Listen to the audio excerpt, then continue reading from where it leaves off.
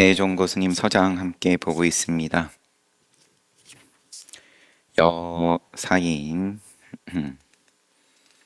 이제 사인은 중서사인, 본인의 자는 여거인이었고, 간단하게 편지를 본 다음에 그 다음에 동생인 여낭중에게 보내신 편지를 보고 있는 중입니다.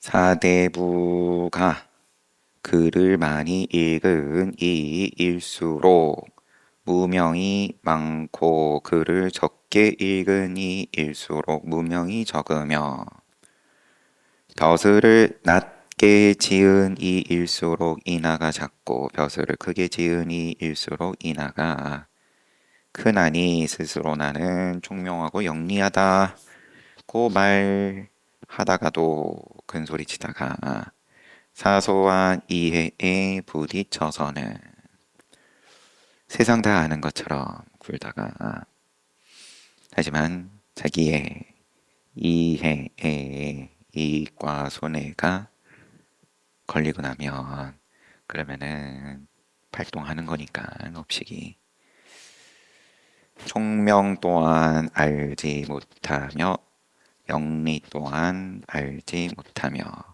평생 읽었던 글 한 글자도 쓸 수가 없다. 뭐 이런 내용 제 앞에서 봤던 부분이고요.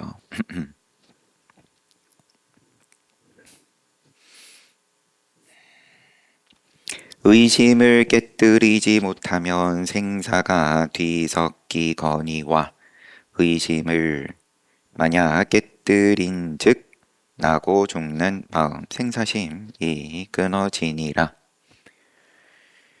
생사심이 끊어진즉 불견 부처 불자 불견 법견도 없어지리니 이것 또한 방편이고 부처의 눈이다 법의 눈이다. 내재는 깨달음을 이야기를 하는 것 또한 방편이었음을 생사심이 끊어지고 나면 스스로 안다. 불견 법견도 오히려 없느니 하물며 다시 중생의 번뇌견을 일으키겠는가. 다만 아득해 갑갑한 마음을 가져서 마른 똥막대기 위로 제 앞에서 이 마른 똥막대기 화두를 주셨습니다. 혹은 이 편지 이전에 벌써 줬든. 그래서 다만 아득해 깝깝한 마음을 가져서 마른 똥막대기 간식월 위로 옮겨와 한 번 버팀에 견뎌낸다면 서가모니 부처님께서 성도하시는 그 자리에서 마구니가 온갖 군대와 무기로 공격을 할 때 전신의 왕 사카도 옆에서 부처님 극진하게 끝까지 모실 것처럼 끌어놓고는 도망가 버리는 그 자리에서 한 번 버티어 견뎌낸다면 나고 죽음을 두려워하는 마음과 아득해 깝깝한 마음, 헤아려 분별하는 마음, 총명을 일으키는 마음, 자연히 행하지 않으리니 행하지 않음을 깨달을 때 공에 떨어질까 두려워하지 말지어다. 공에 떨어질까. 사대부들은 이때 이제 이것도 굉장히 두려워했던 건지 호련히 버텨낸 곳에서 소식이 끊기면 평생토록 경쾌함을 감당하지 못하리라. 호련히 버티어서 그 자리에서 소식이 한번 끊기면 이런 시비분별들이 이 마음 저 마음 죽음을 두려워하고 깝깝하고 총명이고 싹 다 한번 끊겨보면 평생토록 경쾌함을 감당하지 못할 정도로 뭐, 뭐 좋을 것이다 이겠지만 이 좋음은 생각으로 미치지 못하는 좋음이다. 틀림없이 소식이 끊어져 버리면 불견, 법견, 중생견을 일으켜서 헤아려 분별하며 총명을 지어 도리를 말하더라도 모두 지장이 없느니라. 그 다음에 그러고 난 다음에 법견, 불견이든 법견이든 중생견이든 그때그때 그러면은 자기가 뭘 써먹든 총명을 지어서 도리를 말하든 지장이 없다. 막힘이 없다. 장애가 없다. 평상시 가고 머물고 앉고 눕고 하는 생활 속에 다만 늘 놓아버리고서 너그럽고 걸림없이 하여 고요한 곳에서 또는 시끄러운 곳에서 항상 마른 똥막대기를 끄자박하면 날이 가고 달이 오매 제8식이 자연이 이글이니 가장 중요한 건 반드시 밖을 향해 다른 의심을 일으키지 말지어다. 마른 똥막대기 위에서 의심을 깨뜨린 즉 모든 의심이 한꺼번에 깨뜨려지느니라. 이에 앞서 또 일찍이 이같이 써서 거인에게 주었더니 이에 앞서 이 편지 이전에도 너네 형한테 써서 줬는데 요즘 조경명이 돌아왔기에 편지를 받아보니 편지를 뭐 심부름하는 그런 사람인 모양이고 편지 가운데 재차 묻기를 모르겠습니다. 이를 여의고 달리 공부할 곳은 없는지요. 단지 손을 들고 발을 움직이며 옷을 입고 밥을 먹음에 마땅히 어떻게 해야 몸소 터득하겠습니까? 그렇지 않으면 오직 화두만 자세히 살필까요? 그것도 아니면 달리 몸소 터득함이 있습니까? 네, 그래도 굉장히 깝깝함에 들어간 모양입니다. 도대체 뭘 어떻게 해야 됩니까? 하면서 그럼 일상에서 단지 뭐 손, 발, 옷 입고 밥 먹고 여기서 터득하는 거냐? 아니면 화두만 자세히 살펴야 됩니까? 아니면은 또 다른 몸소 터득함이 있습니까? 또 평생에 하나의 큰 의심 덩어리 요 일대의사라고 돼 있는데 요 근본 문제를 오늘까지도 밝히지 못했으니 만약 죽은 다음에는 단멸과 단멸치 아니함을 어떻게 하면 꼭 알 수 있을까요? 차라리 그냥 욕심부리고 살 때는 그런 때는 한결 쉬웠는데 욕심은 뭐 아닌가요? 그것도 힘든가요? 한갈 내니까 나의 목표를 향해서 돌진하면 됐는데 이 뭐 한번 화두가 좀 들린다 싶으니까 5만 가지가 다 뒤죽박죽이 돼버리고 눈앞이 깜깜해졌다 혼란하다 뭐 그 가운데에서 나오는 이제 각종 질문들 쏟아져 나오는 건데 그러면 이거 해결 못하고 죽으면 그러면은 어떻게 되는 거냐? 또 경론에서 말씀하신 것을 인용치 말며 고인의 공안을 의지하지도 말고 오직 눈앞을 따라서 단멸, 또 단멸하지 아니한, 단멸 동그라미도 아니고 꽃표도 아닌 실다운 곳을 시원시원하게 분명히 잘 가려서 가르쳐 주소서. 라고 하니 그이가 이같이 말함을 너네 형이 이렇게 쭉 쏟아냈는데, 그이가 이같이 말함을 보건대 오히려 선어 또는 너대 집 밖에 되지 않는 총구석에 일 없는 놈이 되레 허다한 망상 분별의 쓰레기 덩어리가 없는 것처럼 죽으면 미련 없이 후련하게 죽어버림만 같지 못하구나.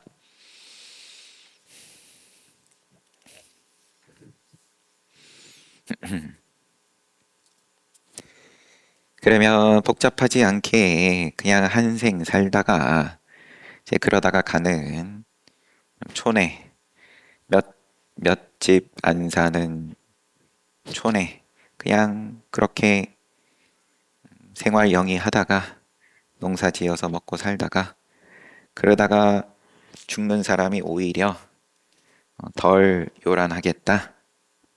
근데 이렇게 요란한 것도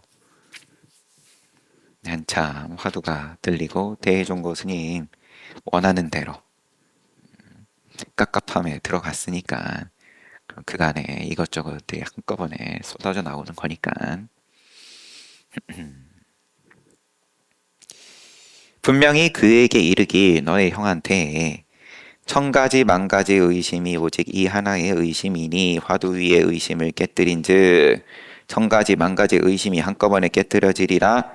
화두를 깨뜨리지 못하면 오직 화두 위에 나아가 저와 더불어 겨루어 갈지어다. 뭐가 와가지고 그렇게 이제 방해를 하는 건데 화두에 집중을 못하게끔 이것도 걸리고 저것도 걸리고 그러든 말든 상관없이 오직 화두 위에 나아가서 저와 더불어 겨루어 갈지어다. 만약 화두를 버려버리고 달리 문자 위로 물러나 의심을 일으키거나 경교 가르침 위에 의심을 일으키거나 고인의 공안 위에 의심을 일으키거나 평상시 세간의 번잡한 일 속에서 의심을 일으킨다면 모두 사마의 권속이니라. 또 들어 일으키는 곳을 향하여 떠맡으려 하지 말며 들어 일으키는 곳을 향하여 뭐가 방해하는 뭐든 간에 분별망상이 일어났다. 뭐 앞에 질문을 던진 것 가운데 보자면 그 죽으면은 단멸이냐 이거를 밝히지 못하고 단멸이냐 단멸 아니냐 뭐 이런 것까지도 걱정이 근데 또 일어나는 거니까. 근데 그러면 또 이 걱정은 어디서 일어났지? 또 그쪽을 향해서 또 하나 더 붙여서 일으키지 말고 또 아르마리로 헤아려 재지 말고 또 마음을 다해 사량할 수 없는 곳으로 나아가 사량하면 마음이 갈 바가 없음이니 이것저것 할 것 없이 싹 다 용납 안 하고 스스로가 단단하게 마음을 굳건히 하면 오직 이 화두만 들고 그렇다면은 천갈래 만갈래 뻗어나가던 것들이 다 갈 바 없음이 쥐가 솥불에 들어서는 문득 막다름을 볼 것이다. 요렇게 내가 답해 줬다. 라고 해서 이와 같이 알아듣게 써주었거늘 또다시 돌아와서는 되풀이하여 묻나니 그 많던 총명과 직연은 어디로 갔는지 모르겠구나. 자, 너네 형도 이렇게 근데 이제 공부를 올바른 방향으로 이제 하고 있는 거니까 그러면 총명 뭐가 됐든 아무거나 하나 붙들고 그쪽으로 엉뚱한 길로 이제 빠져들어간 거는 아니니까 그 많던 총명과 직연은 어디로 갔는지 모르겠구나. 평생 읽었던 글은 여기에 이르러서 한 글자도 쓸 수 없다. 앞에도 지금 대혜종 교수님께서 이 편지 앞부분에서도 말씀하셨고, 이 말을 알아듣지 못하겠냐? 지금 어쩔 수 없이 다시 그를 위해 나쁜 냄새를 조금 피우리라. 그러면 뭐 내가 구업을 또 감수한다. 만약 이렇게 손을 놓고만 있으면 오히려 내가 그의 물음을 받고서도 또 답하지 못했다 하리니 이 편지가 도착하자마자 그에게 보내는 김에 한번 볼지어다.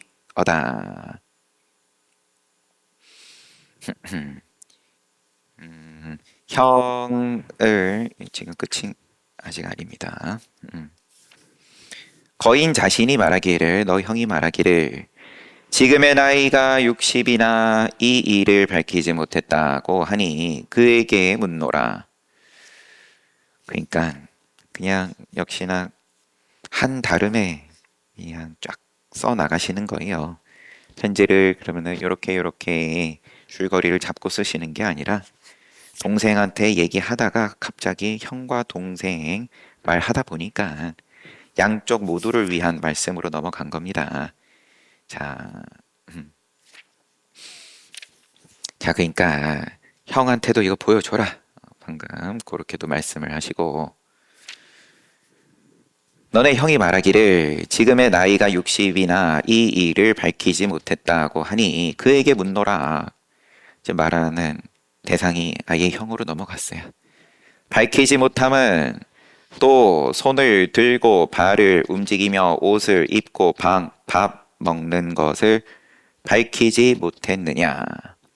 내가 이제 태굴심인 거고 제가 여태 이 문제에 있어서는 한 번도 뜻을 둔 적이 없다가 부귀공명만 구하다가 이제 와가지고 합니다라고 이제 쪼잘한 말을 자꾸 하니까 물론 예법이겠지만 앞서 보았던 많은 편지 받는 상대방들이 비슷하게 얘기를 해왔고 그에게 묻노라. 밝히지 못함은 또 손을 들고 발을 움직이며 옷을 입고 밥 먹는 것을 밝히지 못한 거냐?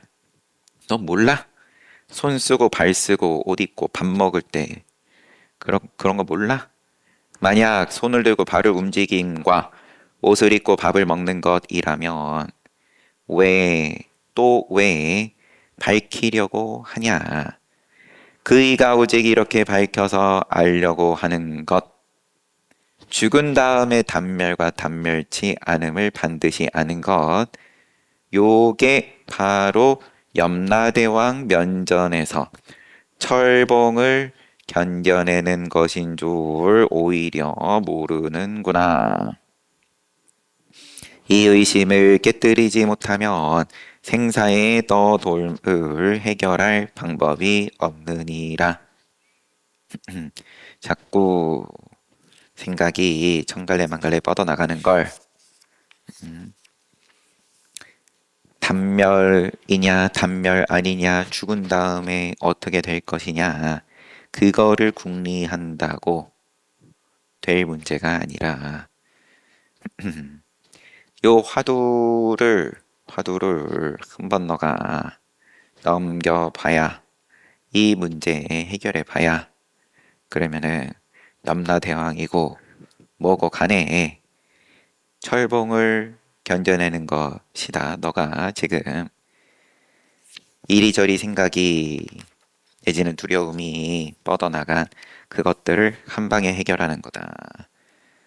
그에게 이르기를 천가지 만가지 의심이 오직 한 의심이니 만약 화두를 깨뜨리면 죽은 다음에 단멸과 단멸치 아니한다는 의심도 그 자리에서 얼음이 녹고 기화가 풀리듯 하리라고 했거늘 다시 단멸치 아니함 또 간단 명료하게 분명히 잘 가르쳐 달라고 하니 이와 같은 생각은 외도와 더불어 무엇이 다르리요 평생에 이처럼 많은 부질없는 것들만 지어서 어디에 쓰려고 하냐 그이가 이미 멀리까지 이런 나쁜 냄새를 풍겨서 사람에게 배어들게 하니 나도 이렇게 손 놓고만 있을 수 없어서 역시 나쁜 냄새를 조금 풍기어 다시 그이를 차츰차츰 타이를까 하노라.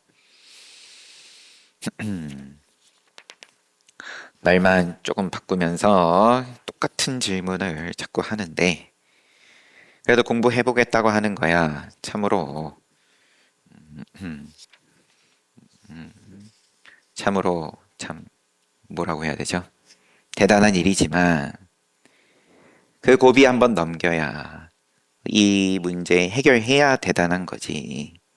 그 앞에서 계속 말만 바꿔가면서 자꾸 같은 질문 하는 거는 차츰차츰 타이를까 하노라.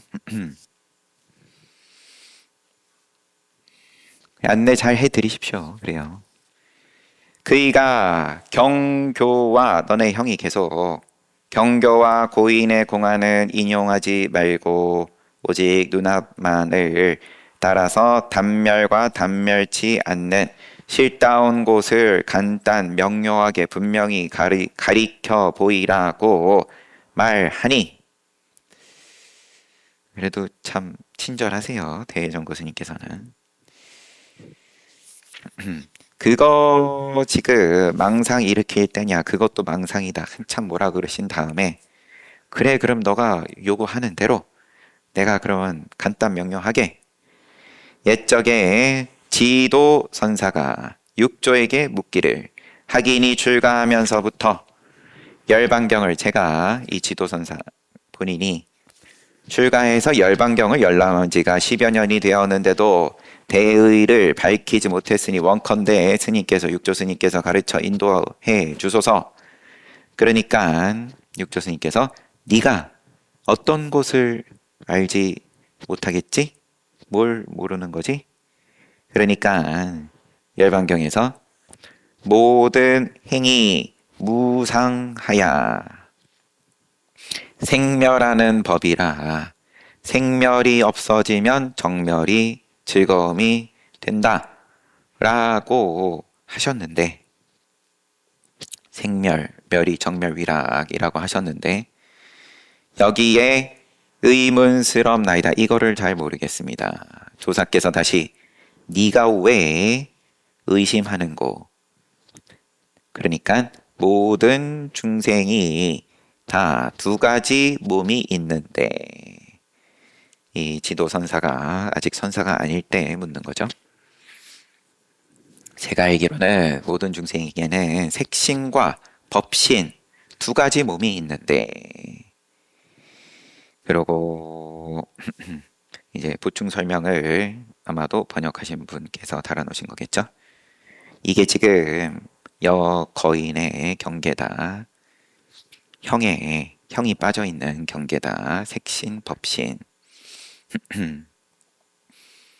색신은 영원치 아니하여 이 몸뚱아리는 그러면은 늙고 병들고 죽고 하는 거니까 생멸이 있는데 법신은 영원하나 알도 없고 느낌도 없거늘 경에서 말씀하시기를 생멸이 사라져 버리면은 정멸이 즐거움이 된다라고 한 부분을 잘 알지 못하겠습니다. 어떤 몸이 정멸이고 어떤 몸이 즐거움을 받는 겁니까? 만약 색신이라면 색신이 멸할 때 사대도 나누어 흩어짐이라 다 고통이니 즐거움이라 말할 수 없는 거고 생멸은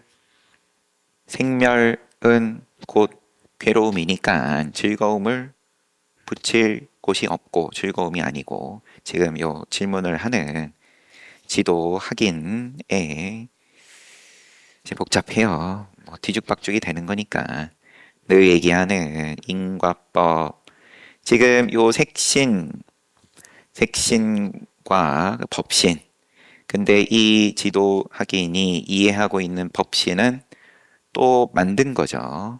결국은 섹신 1, 섹신 2인 건데 이름표를 섹신이라 붙여놓고 법신이라 붙여놓고 이제 그러고 끼워 맞추려다 보니까 더 수렁으로 들어가는 거죠. 계속.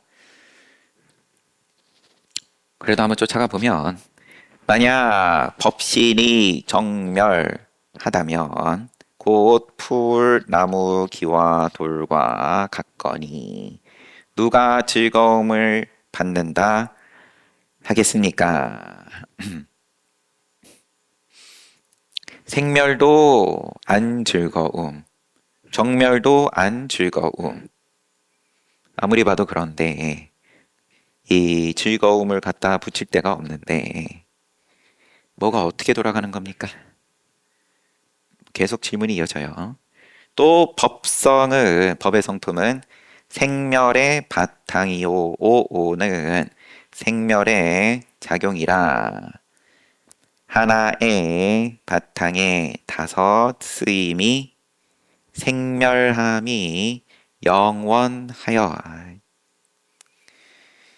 생한즉 바탕에서 쓰임이 일어나고 멸한즉 쓰임을 거두어 바탕으로 돌아가거늘.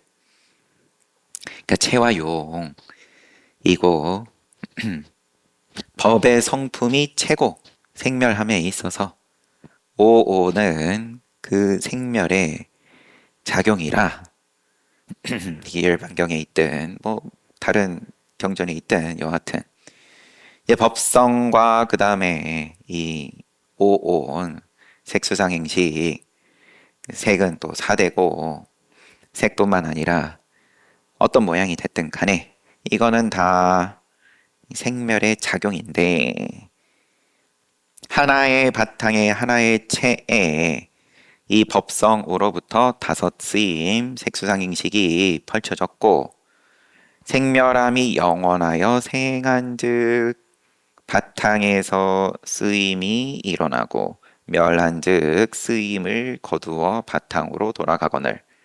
그 체였다가 용이었다가 용이었다가 체였다가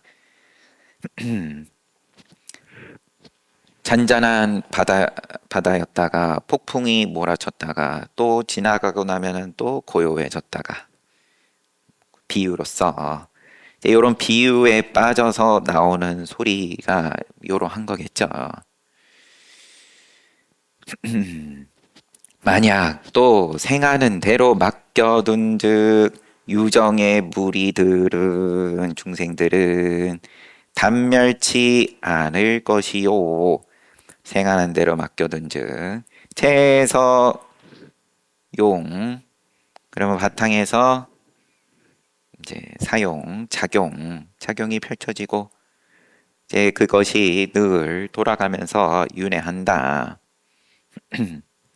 그러니까 단멸치 않을 것이요. 또 생하는 대로 내맡기지 않은 즉 영원히 정멸로 돌아가 무정의 물건과 같으리니. 그러면은 윤회에서 벗어났다. 그러면은 아라한은 부처는 죽은 다음에 끝입니까? 라고 항상 물어오는 외도의 질문은 그대로인 거죠. 이와 같다며 일체 모든 법이 열반에서 꺼리는 바가 될 뿐만 아니라 이와 같다면 모양이 펼쳐진 것은 다 잘못된 거고 우리가 지금 그러면은 살고 있는 이 인연 하나하나가 다 잘못이고 요거가 다 거두어 들여서 멸로 돌아가서 아무것도 안 하는 그게 열반인 거 아니냐. 날 수도 없거늘 무슨 즐거움이 있는 겁니까? 가히 거인과 여거인과 더불어 한 장의 허물을 다짐할지어다.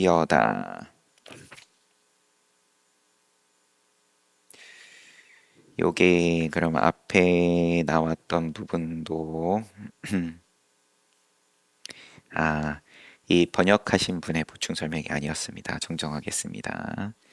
모든 중생이 다 두 가지 몸인데 색신과 법신이라고 합니다라면서 이 육조 스님에게 물었던 학인의 질문의 시작 괄호하고 쓰신 이건 결국 거인과 뜻이 같다. 주석을 안 봤는데 보니까 대해의 착어다. 대해 스님께서 직접 달아놓은 거다. 육조 단경을 인용하고 있는 중이어가지고 일부러 표시가 돼 있던 모양입니다.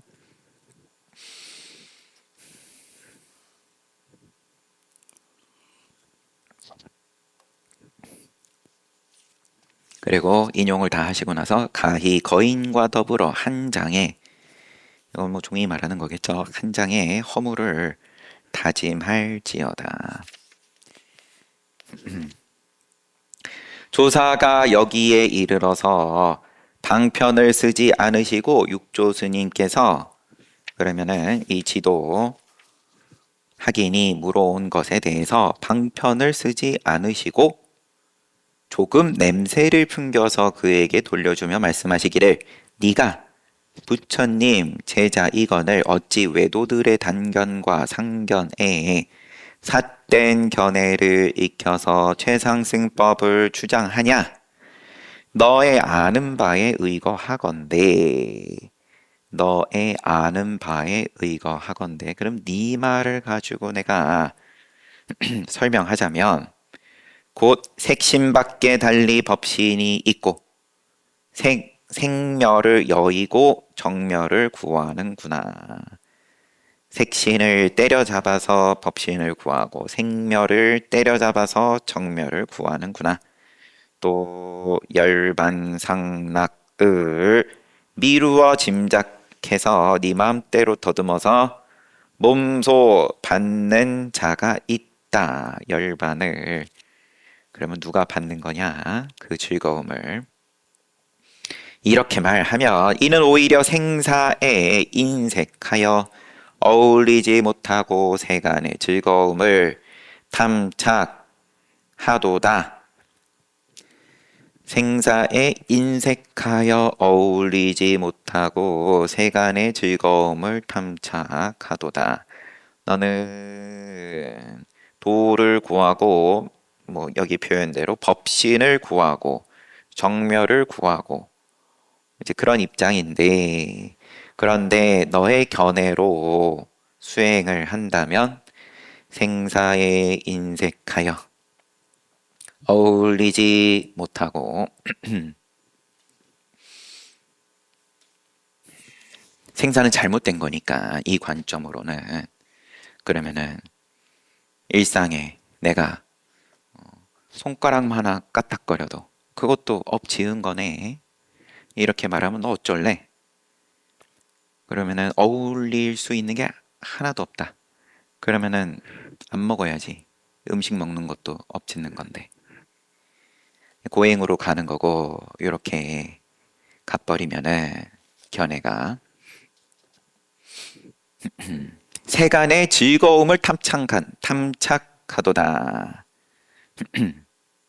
세간의 즐거움, 열반의 즐거움을 너가 마음대로 모양 만들어 가지고 이 즐거움 받는 몸이 뭐냐 이렇게 물은 거니까 그러면 모양 만들어 가지고 열반의 즐거움을 요거를 세간의 즐거움으로 내 동댕이 쳐버리고 그거를 쫓아가는 거다.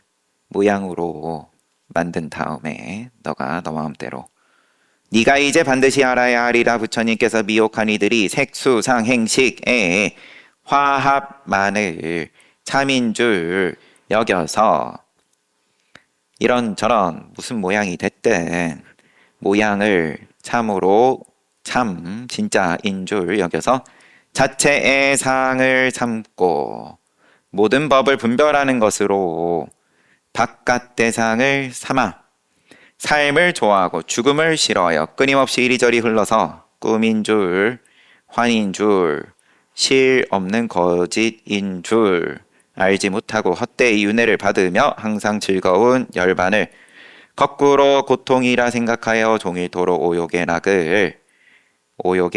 락을 열반의 락이 아니라 오욕의 락을 분주히 구하는 이들을 위함일세.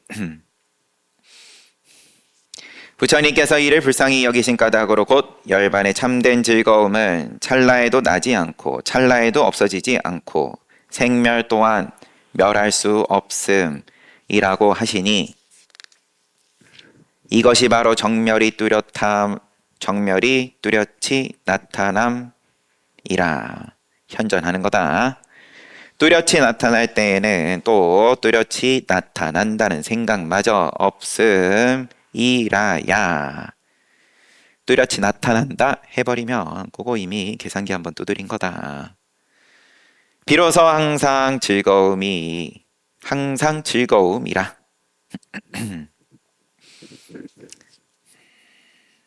열반에 대해서 너가 그러면은 애초에 지금 여거인이 물어온 것이 간단 명료하게 분명히 알려주세요 라고 했으니까 그러면은 육조 스님께서 말씀하신 거를 내가 너한테 그대로 알려줄게. 너가 지금 빠져 있는 것이 이러이러하고 육조 스님께서 그것을 보여주신 거고 그 다음에 열반을 말로 상세하게 너가 원하는 대로 잘 풀어서 쓰면 요 정도야. 조사가 여기에 이르러서 죄송합니다. 이거 아까 본 거고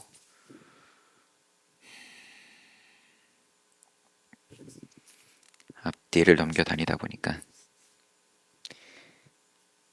상락이다 항상 즐거움이라고 하시니 이 즐거움은 받는 이도 있지 않고 또한 받지 아니한 이도 없거니. 이 부분부터는 인용은 끝나고 대종고 스님 말씀이에요. 이 즐거움은 받는 이도 없고 받지 아니한 이도 없거니 어찌 하나의 바탕에 5작용의 이름이 있으며 하물며 열반이 모든 법을 금지하고 눌러서 열반이 어찌 인과법을 생멸함을 그것이 선업이든 불선업이든 그거를 금지하고 눌러서 영원히 나지 않게 한다고 말하겠냐.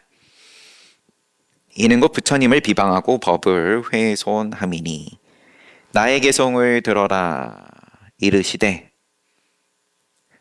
네, 하면서 또 육조 스님의 개송 이게 인용이 복잡하니까 육조 스님 개송입니다. 위없는 대열반이 뚜렷이 밝아 항상 고요히 비추거늘 본래 열반인데 어리석은 범부는 죽음이라 하고 외도는 끝이라 우기며 단견을 우기고 모든 이승을 구하는 사람은 이승 불이법이 아니라 모든 이제 구분이 되는 법이다. 결국 일체 모양 무슨 모양을 만들어냈든 그럴싸하게 지음이 없음이라 여기나니 무작을 또 도라고 여긴다. 부처님의 그 멸반이라고 우긴다. 짓지 않고 가만히 있으면 그러면 대종고 스님 지금 계속 비판을 해오신 묵조를 부처님 가르침이라고 여긴다. 다 망령된 정으로 헤아린 것에 속한지라 다 유정이다. 62견의 근본 1호다. 우리 디가니까야에서 봤던 미래에 집착하는 44가지, 과거에 집착하는 18가지에서 총 62가지 부처님께서 말씀하신 그 삿된 견해들 부처님께서 서가모니 부처님께서 정리하신 그 사견들의 근본이다. 죽음을 얘기하든 단견을 얘기하든 이승을 구하든 무작을 구하든 멋대로 헛되고 거짓된 이름을 세우거니 어찌 진실한 뜻이 되겠냐. 오직 과량 대인만 통달해 취하고 버림이 없어서 오온법과 온 속에 나와 밖으로 나타나는 모든 색상과 낱낱의 소리들이 똑같이 꿈과 헛개비 같음을 알아서 범부 다 성인이다 하는 견해를 일으키지 않고 열반의 지혜도 짓지 아니하여 열반의 견해도 짓지 아니하여 두 편 양끝 그리고 삼세가 끊어져서 항상 모든 근을 응해 쓰되 육근을 그러면은 막힘없이 쓴다는 생각을 일으키지 않으며 이 응의 씀은 막힌다, 막히지 않는다도 붙지 않는다. 모든 법을 분별하되 분별하는 생각을 일으키지 않나니 겁화가 바다 밑을 태우고 바람이 요동쳐 산이 서로 부딪히더라도 참답고 변함없는 정멸의 즐거움인데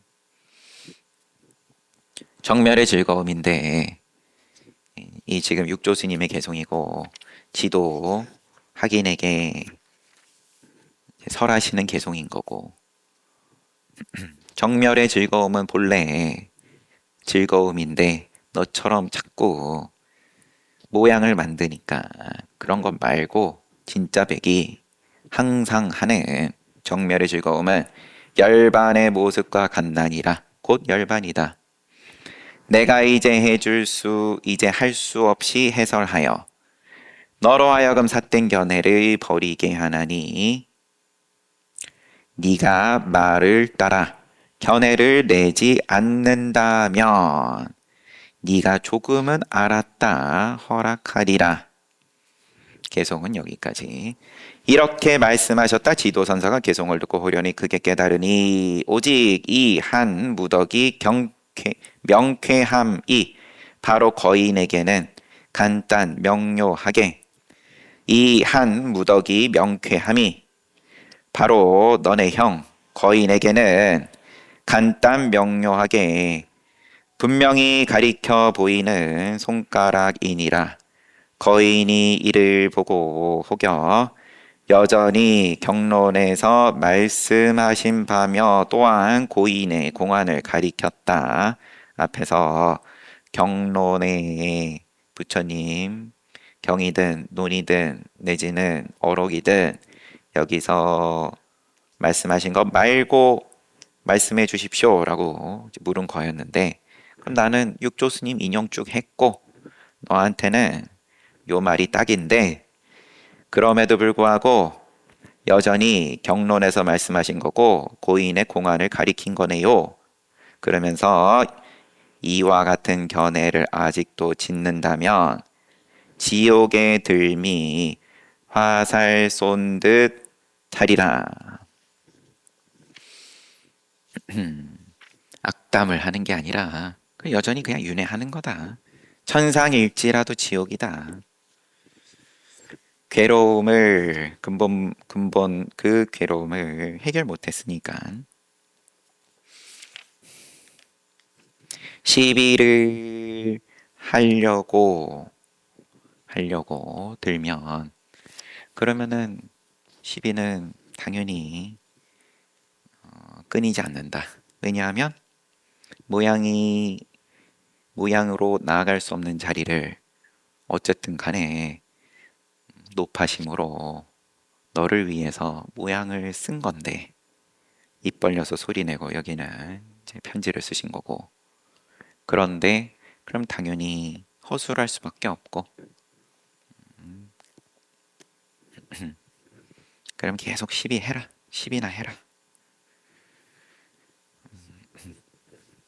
주어진 인연, 이번 생에 주어진 시간이든 아니면은 인간관계든, 그러면은 그 동안 나는 내 역할 하면 되고, 대종고 스님 입장에선 귀양 가서 그냥 인연 닿는 대로 편지 쓰면 되고, 상대방이 받아 먹으면 받아 먹는 거고 아니면 아닌 거고.